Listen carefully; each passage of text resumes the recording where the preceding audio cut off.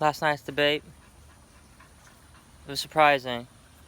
So highlights just off the bat of my memory. There's probably tons more I'm not gonna say. Michael Bennett. Oh, you talking to me? I just like his voice, man. I remember his viral speech against Ted Cruz. Out of all like the more conservative Democrats, he's probably to the. I'd vote for him. Like, I don't know. If it was him versus Trump, I wouldn't mind. Like, the argument would be, oh, you gotta vote for Bennett over Trump. That's more appealing than Clinton over Trump. But I would still not vote for Bennett. I still vote for Green Party. Just saying. Kamala Harris saying, "Guys, we don't need a food fight. We need to put food on the table." Okay, so that doesn't mean anything. You got applause. I feel like she also so also the viral moments that the media is praising her about, that one and her attack on Joe Biden. Say, hey, that little girl was me. She obviously planned it. She had that picture ready. She had that quote ready. I mean, which is nothing wrong with that. That's just good strategy. You're gonna take him down. You gotta take him down. You gotta plan it. You know what I mean? But what really ticked me off was that comment was made after Marianne Williamson's serious comment on reparations. You know, and like Kamala Harris, she said, like, "Oh, as the only black woman on the stage, she could have just go off the reparation comment." I'm like, no, but she had to be selfish and like attack Joe Biden. She could have done that comment about Joe Biden, that little girl was me, and just say, hey, yeah, Mary Williamson, she brought up a good point, but she doesn't want to do that. So she's fake. Marianne Williamson, I need you to be more aggressive. Let's go, let's go, let's go. Come on. You need to seriously. If when Kamala did that comment, it's like, okay, but can we talk about reparations, please? Could you could have just asked her, it's like, hi, I want to know what Kamala Harris thinks about reparations, or I want to say, yeah, let's talk about reparations. Let's talk about serious ending the drug war, making mandatory for police to have body cameras, making a mandatory federal investigation when a police officer shooting, so the city police officials don't get involved. Have public oversight committees on police. That could have been thing. Come on, Marianne, I need you to be strong.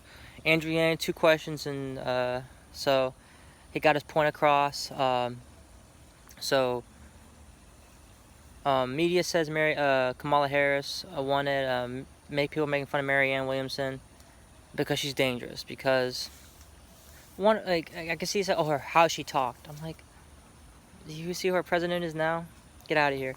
I think her ideas are dangerous because she's actually talking about using billions of dollars for serious social change, and that's dangerous to people in power. They don't mind their tax cuts, but if you take their money, they got a problem. What else? Buttigieg and that's Smallwell.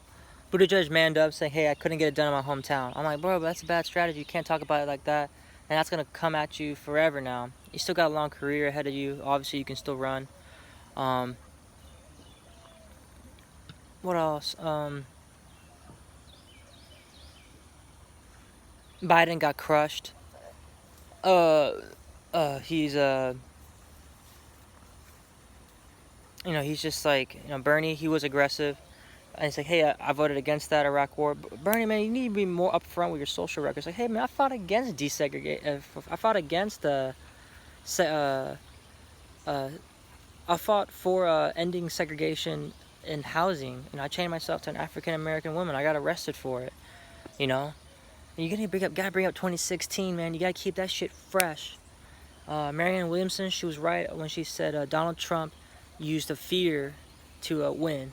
And I feel like the best response to that is love. And man, that's awesome. Like, I feel like that is so true.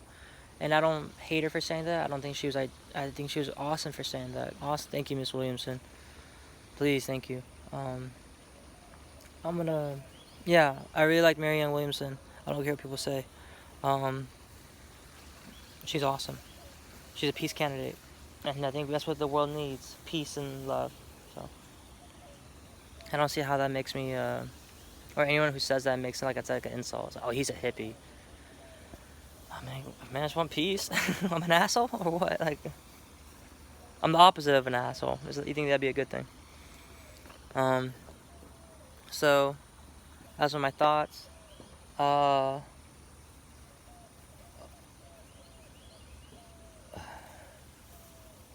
Kirsten Gillibrand, I don't believe her comments, and when she said,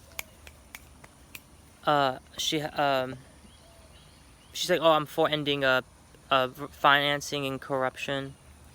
I was like, well, you're a senator from New York, and you really can't get into New York politics without Wall Street's help. She says she's not taking any corporate money, but I'm like, there's ways around that, and like, people are just using that term progressive and not taking terms like not taking corporate PAC money as catchphrases now. You gotta be careful about that. Watch out for that.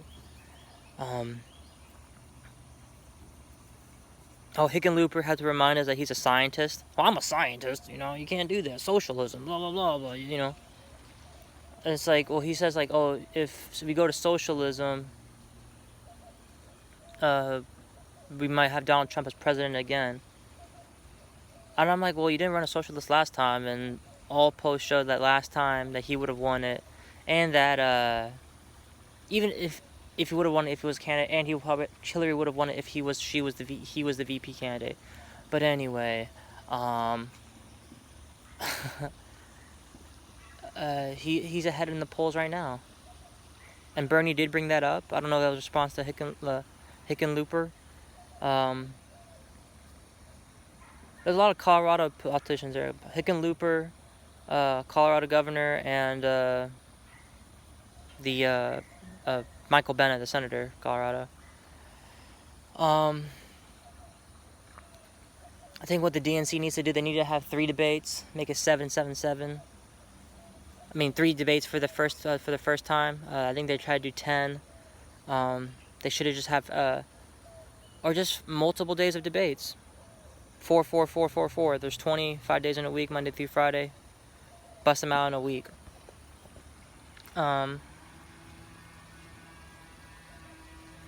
So.